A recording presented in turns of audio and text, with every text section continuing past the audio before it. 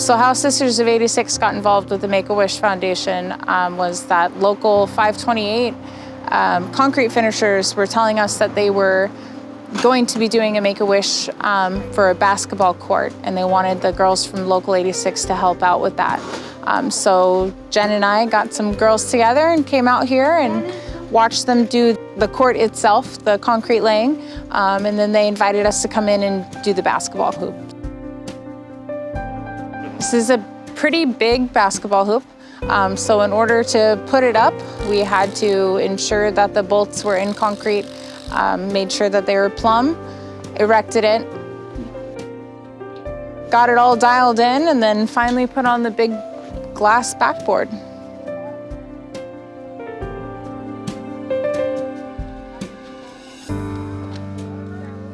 Our structural skills definitely came into play with this to make sure that the column was erected properly, make sure that it's nice and plumb on all angles and bolted down the way that it should be. It's so great just to be able to give back to people and to help where I can, because I'm blessed and I have an amazing living, I have an amazing life, and I can do all that now in the position I am in, and it's just awesome. It's awesome to be able to give back to the community. This was amazing to be able to help these little girls out here have a hoop so they could play basketball, just minor little things like that. It's great. Even though I do have a family of 7 at home, this project was pretty important to me to be able to give back to not only the community, but the kids involved. So this project spoke to, when Jen offered it, of saying, hey, there's a project that we could work on. It spoke to me primarily because I am a special needs parent as well. So knowing that there's a wish out there to be fulfilled for other children with different abilities too, really just tugged at my heartstrings to come out here and help.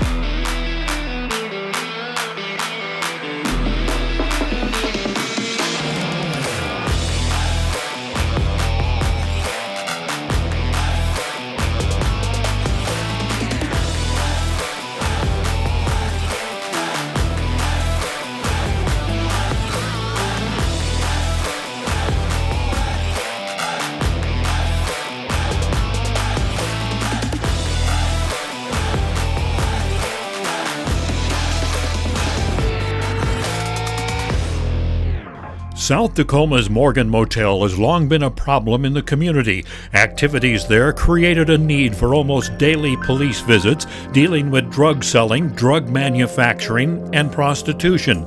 In its extreme, the Morgan was the scene of a murder. Neighbors were calling for its being put out of business and its demolition. However, the nonprofit Next Chapter Foundation has remodeled the former motel's units into mini apartments for use as transition housing for homeless single mothers. It's like we hit the lottery. This property has been notorious for prostitution, drug use. It's just been an eyesore to the community. While the units are mostly completed and residents are being taken in, a lot still has to be done with the long-neglected property, starting with the removal of a dilapidated storage building. This is expensive work that strains the budget. To the rescue, the Sisters of 86. They gathered on a Saturday, some with their families and one brother member of 86. Not to build, because that's what ironworkers do, but rather to tear down. Turns out they can do that just as well.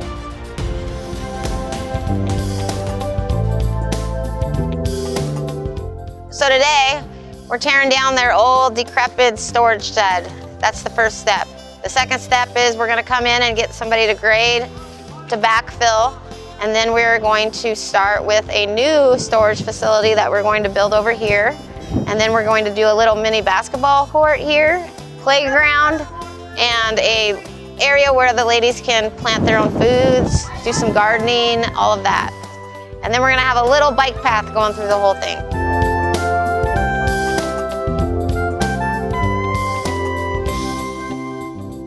I came here to help out a sister iron worker who asked me to help, and I live up the street, so I decided to come help on a Saturday.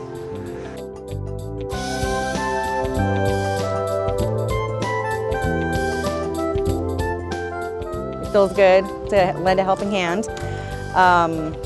Back in 2010, I received help with housing through a place called Step by Step for myself and my kiddos.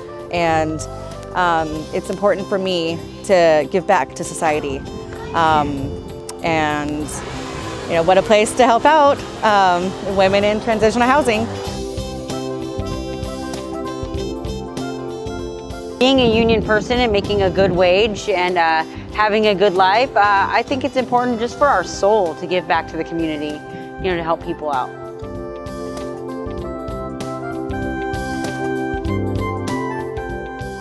First and foremost, I'm out here as a woman and a union member. I got invited by my friend Jess, who's an iron worker, and I just feel like giving back to the community is really important. And I really support programs like this. Long time ago, I went through a program like this with my sons, and it helped me a lot. And when Jess told me about it, I was really interested in coming. So. A lot of us complain. I mean, I do it too. Bitch, complain about this and that and about all of the things that are wrong in our country right now. And I'm trying to adapt the idea to come out and make a change. And the only way you make a change is you get off the couch and you do something about it and you contribute to your communities.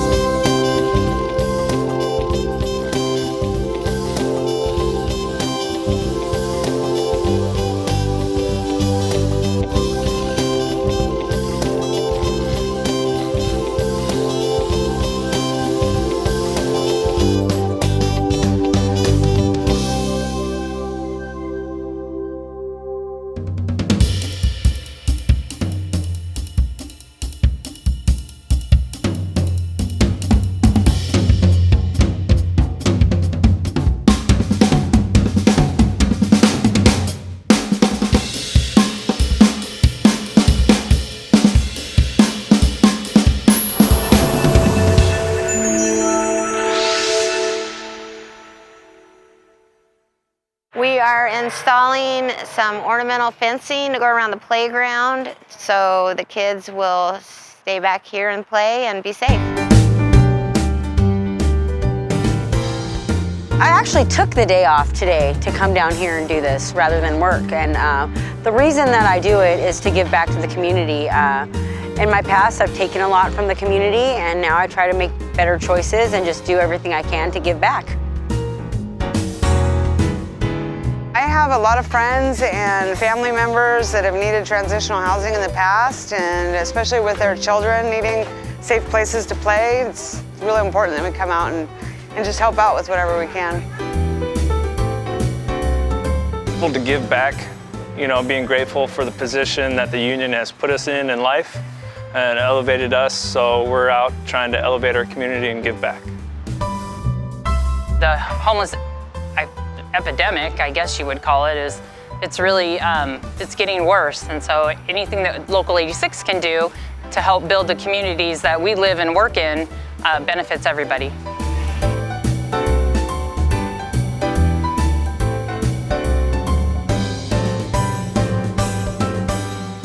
When you're part of a union, you become more of a family. And when you're a family unit, you kind of hold each other accountable for stuff, you know. And we all kind of do that with each other. When a brother or a sister in the union, a union member needs help, we race to help them. That's just how we do it. So what I get out of volunteering and doing community work with the Sisters of 86 on my days off, not only personal fulfillment, but also see a need, fill a need. You know, a lot of women and children live here, and they deserve to have something nicer at their home.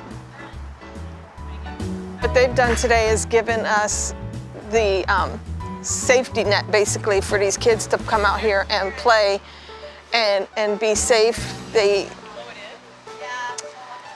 parents can sit here and keep an eye on their kids. They're enclosed to where they're not going to run out to a street or anything like that. And what they've done is a wonderful job doing this for us right here. I've been where a lot of these women have been, and I'm just paying it forward. I know that I wouldn't be where I am today without the help of my community and members in it and programs like this. So anytime I see help like this that's needed in our community, I'm jumping in. So growing up, I actually lived in women's shelters like this one with my mom and my sisters. So being able to come back and give back is an awesome fulfillment. But too, you know, you never know who will need this service in the future. It could be your neighbor, it could be your family, it could be a friend that you know. And at least the services are now here. They're safer, they're better.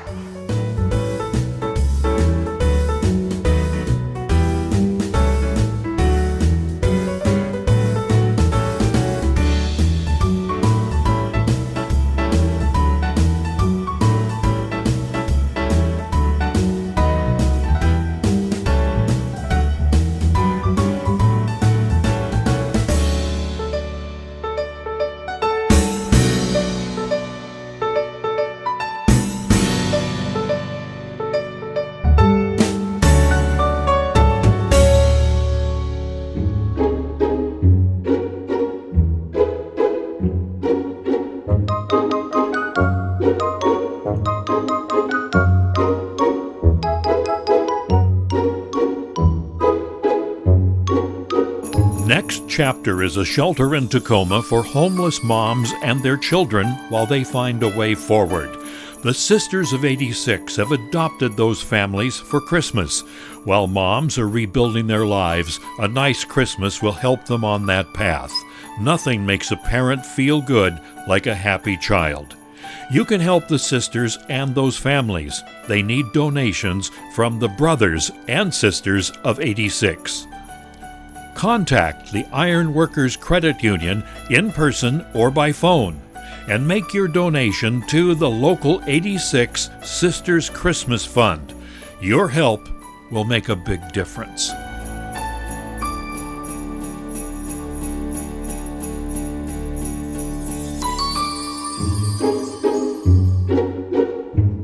Oh my gosh.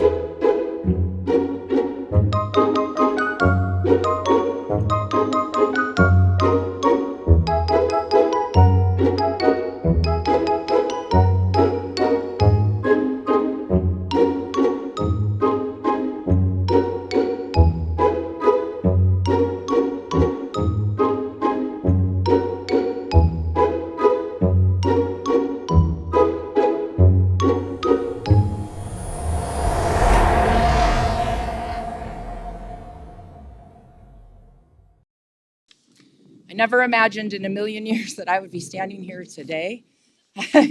Yeah. But that's what's great about America. Thank you. Thank you. Oh, thank you. Thank you.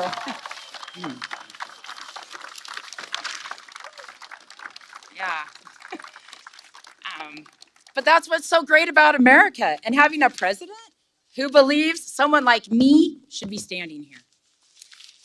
On behalf of Local 86 in Seattle and union workers everywhere, for the faith he's placing in us, I am honored to introduce the 46th President of the United States, Joe Biden.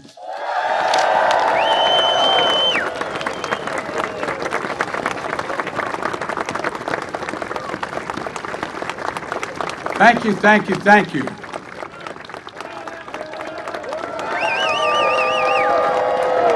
Thank you. Thank you, Heather. Thank you, thank you, thank you.